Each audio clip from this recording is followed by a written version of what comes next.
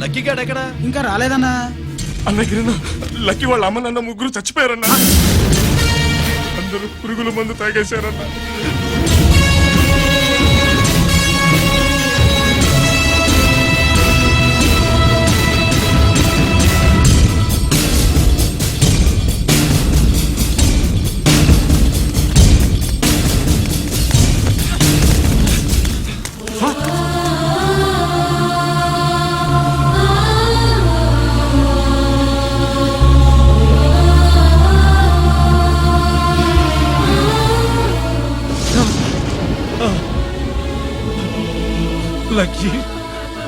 Lucky అందరిలాగే పాపారావు కొట్లో ఎరువులు తెచ్చి పొలంలో చల్లాడు. పంట పాడైపోయింది. ఇదేంటయ్యా అని పాపారావు నిలదీసి అడిగితే నీ దిక్కున్న తోట చెప్పుకో అని కొట్టాడంట. పంట పండకపోతే బ్యాంకప్ ఎలా తీర్చాలనుకున్నారేమో ప్రాణాలు తీసుకున్నారు. మన ఊళ్ళో రైతులందరి బతుకులు ఇట్నే తగలబడ్డాయిరా. ఆ పాపారావు గాడు కల్తీ ఎరువులు అమ్మినంత కాలం మనం ఇలాంటి చావుల్ని చూడాల్సిందేరా. వాళ్ళు పోవటమే కాకుండా అనవసరంగా పసిపిల్లాన్ని కూడా తీసుకుపోయారు.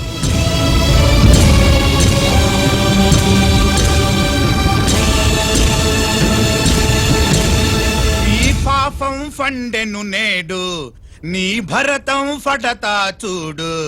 నీ ఫాలిటి ఎముణ్ణి నేను, నీ కరెక్ట్ మొగుణ్ణి నేను.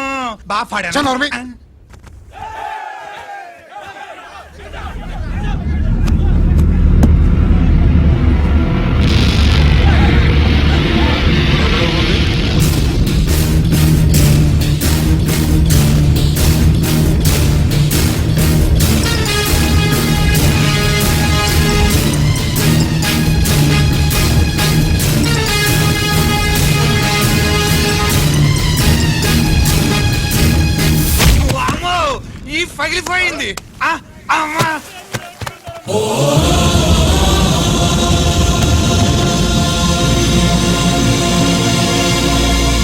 ఏంటిది? ఇదేమన్నా హాస్పిటల్ అనుకున్నావా? వీడికి ప్రాణం లేదు. అయితే ఇక్కడికి ఎందుకు తీసుకొచ్చావు? తీసుకెళ్ళి శ్మశానంలో తగలై. రైతులు పంటలు పండిస్తున్నారు, కానీ పంటను ఎప్పుడు కల్తీ చెయ్యరు. కల్తీ లేని పంటను తిని ఒళ్ళు పెంచుకున్న మీకు మాత్రం కల్తీ అలవాట్లు వస్తున్నాయి. బియ్యంలో కల్తీ, నెయ్యిలో కల్తీ, పాలల్లో కల్తీ, నీళ్లలో కల్తీ, పెట్రోల్లో కల్తీ, విత్తనాల్లో కల్తీ, ఓట్లలో కల్తీ, నోట్లలో కల్తీ, ఆఖరికి పంటను కాపాడే ఎరువును కూడా కల్తీ చేసి పేద రైతుల ప్రాణాలు తీస్తున్నారా? చచ్చిన వాడికి ₹1,00,000 గవర్నమెంట్ ఇస్తుంది కదా. ఆ రూల్ పెట్టా కూడా చాలా మంది ఆత్మహత్యలు చేసుకున్నారా? మా దగ్గర నుంచి లెక్చర్ ఇస్తావు. చచ్చిన వాడికి డబ్బు ఇవ్వతే నేను గవర్నమెంట్ సిఫార్సు చేయాల్సింది మీలాంటి వాళ్ళను కాల్చి చంపమనరా? కరువు కాటకాలు రైతుల కడుపు మీద మాత్రమే కొడితే మీ కల్తీ ఎరువులు వాళ్ళ బతుకు మీద దెబ్బ కొడుతున్నాయిరా కుక్కల కొడకల్లా. రేయ్, ఆ లారీలో ఉన్న బస్తాలన్నీ దించండి రా.